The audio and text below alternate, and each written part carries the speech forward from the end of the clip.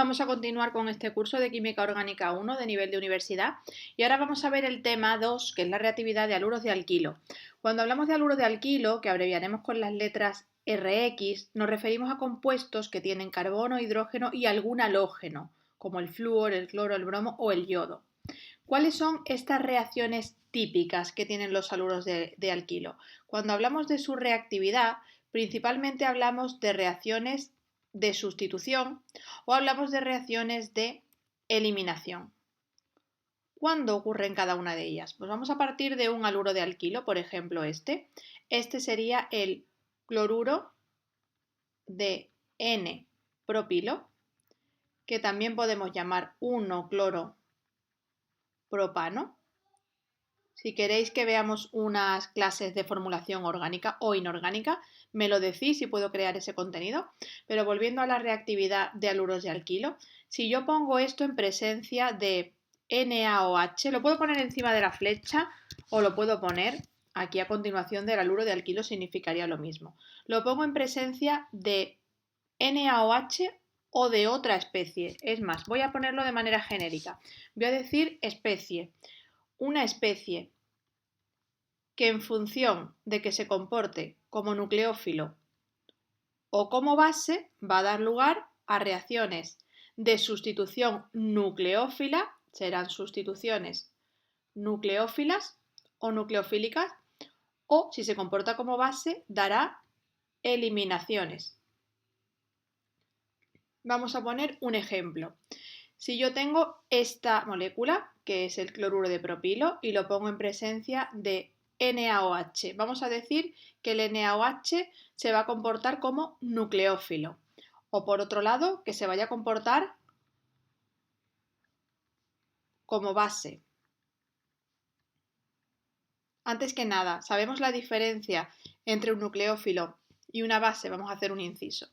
Cuando hablamos de nucleófilo, nos estamos refiriendo a una especie que tiene pares de electrones libres o directamente carga negativa. Cuando tenemos pares de electrones libres, estamos hablando de un nucleófilo débil, y cuando tenemos directamente carga negativa, hablamos de un nucleófilo fuerte. Entonces, una especie que tiene o bien pares de electrones o directamente carga formal negativa que ataca a una molécula en una zona de densidad de carga positiva y se añade a esa posición. Ejemplo, tengo el haluro de alquilo, lo pongo en presencia de NaOH, que será el nucleófilo, y esto me va a dar lugar a que ¿tiene esta molécula pares de electrones o carga negativa? A ver, la carga negativa aquí no la estamos viendo.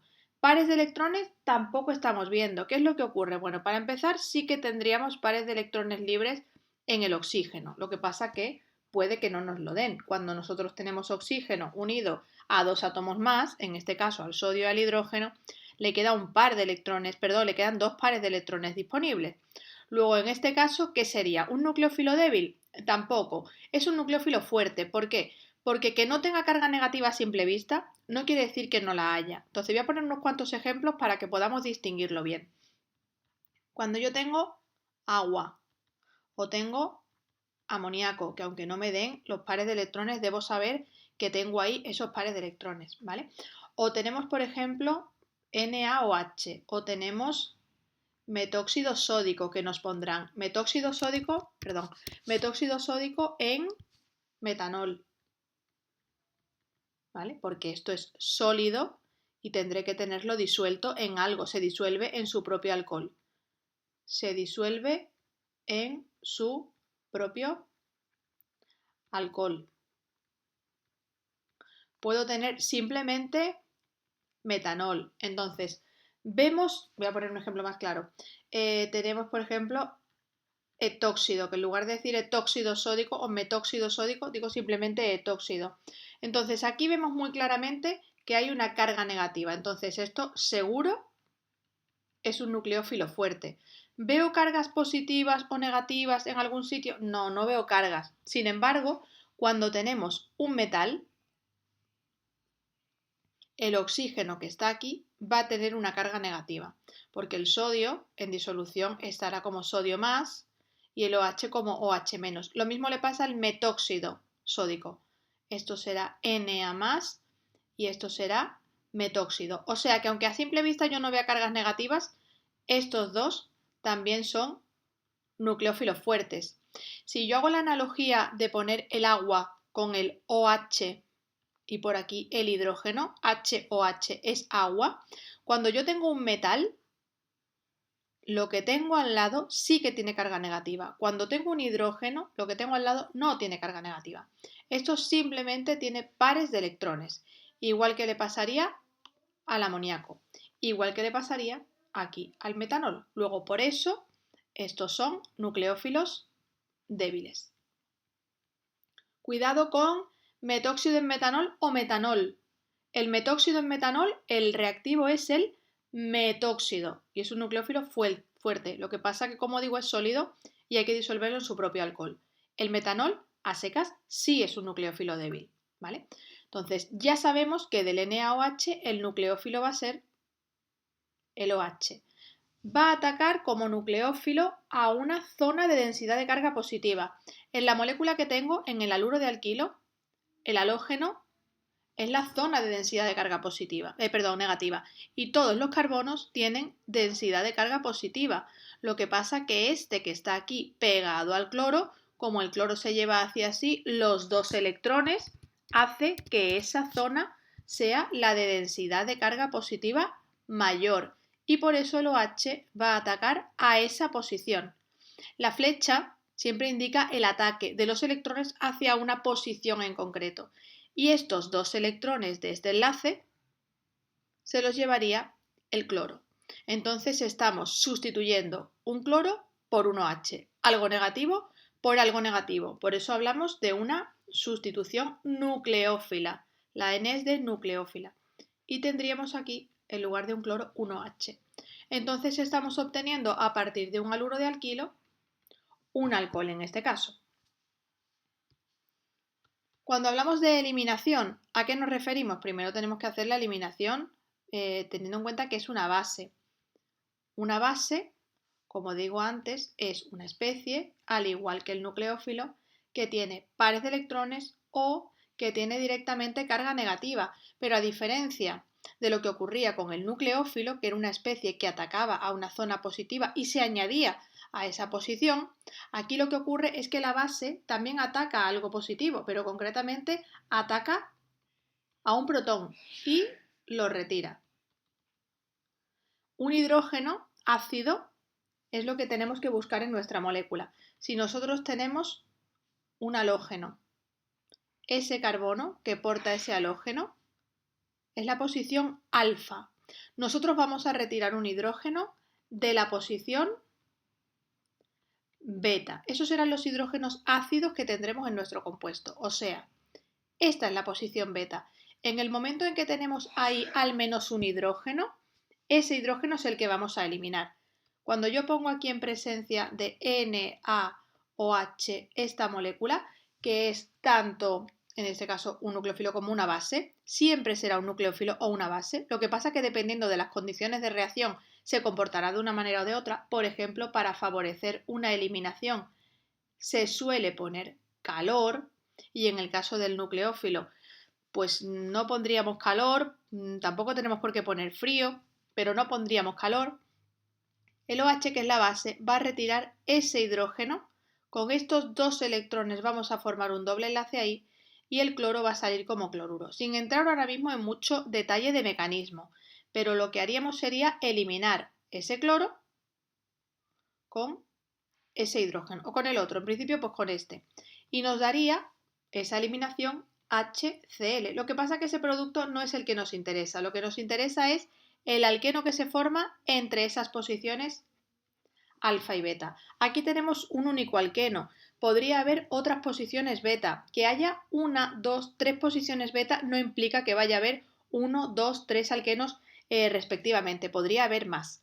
Entonces, de momento no quiero entrar en mucho detalle. Lo que sí quería que viéramos es que teniendo esta especie, que es la misma que aquí abajo, esta especie, que es la misma que aquí abajo, pero teniendo en cuenta que esto ocurra, por ejemplo, para hacerlo más visualmente diferente, en frío o en calor, aquí se favorece la sustitución y aquí se favorece la eliminación. Por tanto, aquí daría principalmente el producto de la sustitución y aquí daría principalmente el producto, en este caso el único producto que hay de la eliminación. ¿Qué es lo que ocurre si yo tengo este haluro de alquilo en presencia de NaOH y no me da nada de información de la temperatura? Porque es algo que me sirve de guía para saber si va a tender a hacer productos de sustitución o de eliminación. Si no entra en detalle de temperatura, no podemos saberlo a simple vista. Entonces aquí ya entraría lo que son las competencias entre sustitución y eliminación. Lo que pasa que primero vamos a ver sustituciones, después eliminaciones y cuando las tengamos claras veremos las competencias entre ellos.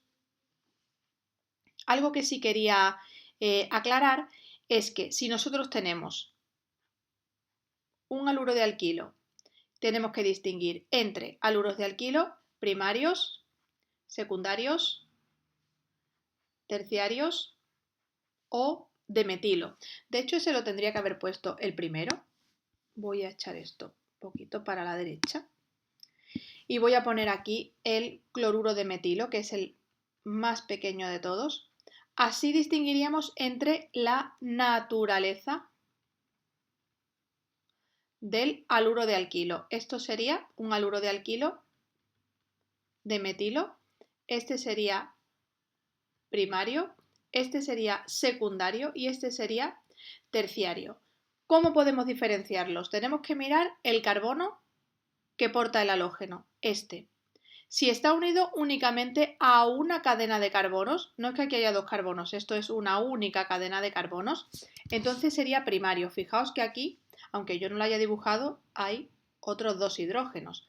Como cada carbono tiene 4 enlaces, si uno es hacia el halógeno, uno es hacia una cadena de carbonos, después tendré que tener 2 hidrógenos si ahí no pone nada. En este caso, tengo un carbono que tiene una cadena por aquí y otra cadena por aquí. Luego, eso es un haluro de alquilo secundario. Aquí faltaría un hidrógeno que no hace ni falta pintarlo, pero simplemente por dejarlo indicado, este es un haluro de alquilo secundario. Y este carbono que hay aquí, que es el que porta el halógeno, tiene ¿cuántas cadenas? 1, 2 y 3 cadenas de átomos de carbono alrededor. Luego estamos hablando de un haluro de alquilo terciario. Entonces, tenemos que saber distinguir bien entre la naturaleza del haluro de alquilo de metilo primario, secundario o terciario.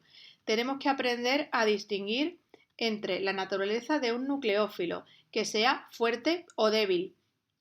Voy a poner aquí los nucleófilos débiles y aquí voy a poner su correspondiente nucleófilo fuerte. Si tenemos el agua, que lo podemos poner como H o H para ver más claramente cuál sería el equivalente en fuerte. El amoníaco, H, NH2. El metanol, el etanol, el terbutanol. Estos son los más habituales. ¿Cuál sería el correspondiente al nucleófilo débil agua en fuerte? Pues sería Na o H o simplemente OH-. Na o potasio en vez de sodio. NH2. Este de aquí se llama hidróxido sódico o comúnmente llamado sosa. Este de aquí es el amiduro sódico o potásico. Aquí tendríamos metóxido en metanol, etóxido en etanol y terbutóxido en terbutanol. Todos estos son los nucleófilos fuertes, que serían los que se correlacionan con estos nucleófilos débiles que tenemos justo a la izquierda.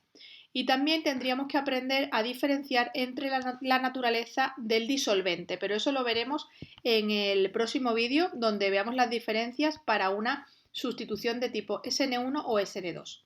Entonces, en los próximos vídeos, ¿qué es lo que vamos a ver? En cuanto a las sustituciones, vamos a aprender a diferenciar una sustitución de tipo SN1 y una sustitución de tipo SN2. Y en cuanto a las eliminaciones, vamos a ver eliminaciones de tipo 1 y vamos a ver eliminaciones de tipo 2. Puedo ir adelantando que en el caso de las de tipo 2 vamos a utilizar principalmente nucleófilos fuertes y en la de tipo E2 base fuerte y en la SN1 nucleófilos débiles o bases débiles para la E1. Pero no es lo único que va a haber de diferencia entre SN1 y SN2 para diferenciarlas claramente. Habrá que tener en cuenta también la naturaleza del haluro de alquilo, ¿vale? Pero esto para que nos vayamos haciendo una idea que se relacionan las de tipo 1 que van con débiles y las de tipo 2 que van con fuertes. Eso para empezar. Por otro lado, cuando tenemos sustituciones de tipo SN1 y SN2, como digo, hay que diferenciar entre, y ya veremos los mecanismos más adelante, la naturaleza del haluro de alquilo. Cuando hablamos de la SN1, principalmente va con haluros de alquilo terciarios, mejor que con secundarios, mejor que con primarios, y con lo que peor va es con metilos. En el caso de la SN2, el haluro de alquilo preferido para ese mecanismo de reacción que ya veremos es el de metilo, mejor que el primario, mejor que el secundario y no va con el terciario. Para las eliminaciones, las dos, y ahí sí es una diferencia entre la de tipo 2, ya sea SN2 o E2, es que uno podría pensar, en función del haluro de alquilo, pues la E1, al igual que la SN1, terciario mejor que secundario, mejor que primario, mejor que metilo. Eso es verdad. Bueno, concretamente con el metilo no va, porque como vamos a formar alquenos, un alqueno con un carbono que solo tiene un carbono no se puede formar.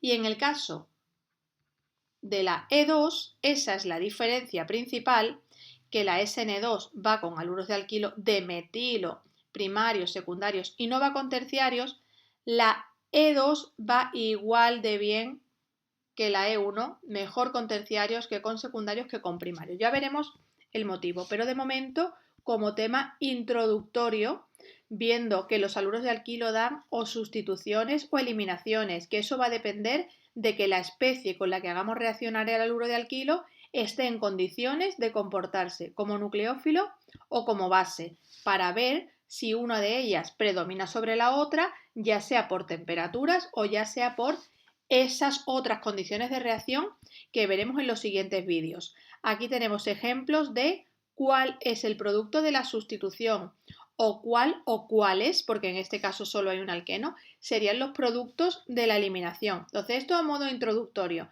pero en los capítulos que vienen ya veremos primero sustituciones y después eliminaciones. Y cuando tengamos claras las dos, ya veremos las competencias entre estos dos tipos de reacciones.